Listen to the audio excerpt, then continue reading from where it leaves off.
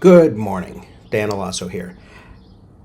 It is the 9th of May. Yesterday, I had my final in-person discussion meeting in my U.S. History 1 course. We talked about the primary sources that dealt with the Reconstruction period and then kind of the end of Reconstruction. And that's the end of the first semester of that.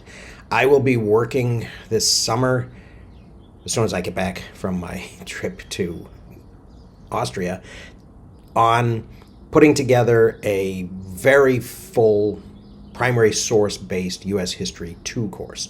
I have some primary sources for U.S. History 2 already, but not nearly as many as I do for U.S. History 1. And part of that issue has been that it has been a little bit more difficult for me to try to figure out how to pull together sources for U.S. History 2, because at some point I run up against the copyright barrier. There are things that people said in the second half of American history that are still under copyright. So I will have to work through that issue.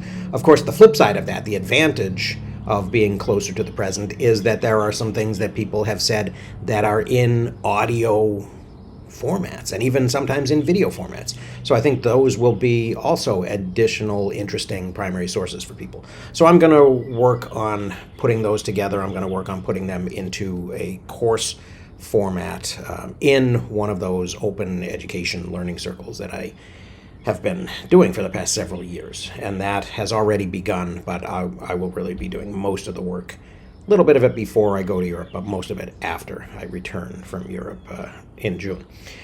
And so that is something that I have in front of me for this summer.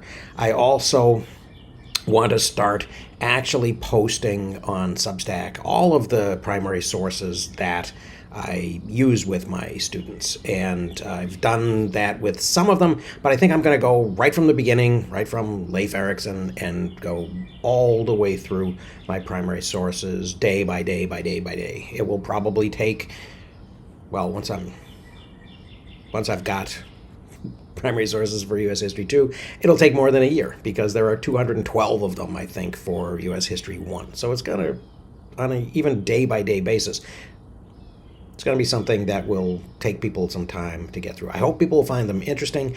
I will try to add even a little bit of additional material to them. I've been thinking, and I've talked off and on, I think, here on Substack, about maybe creating a teacher's guide kind of a version, or even a self-teacher guide for people who are doing their own autodidactic lifelong learning type of thing.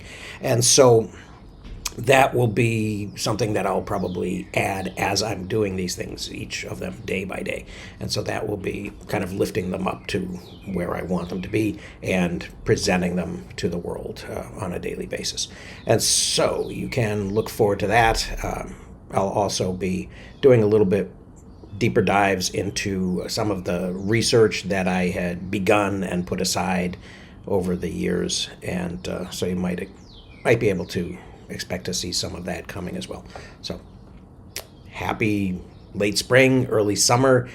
I'm transitioning to a new phase now that my semester is ending up. I still have some quizzes and exams to read, but no more in-person activities. So I'm looking forward to the change and looking forward to getting to work on the new stuff. Hope you found that a little bit interesting. Thanks for listening. I will see you again very soon.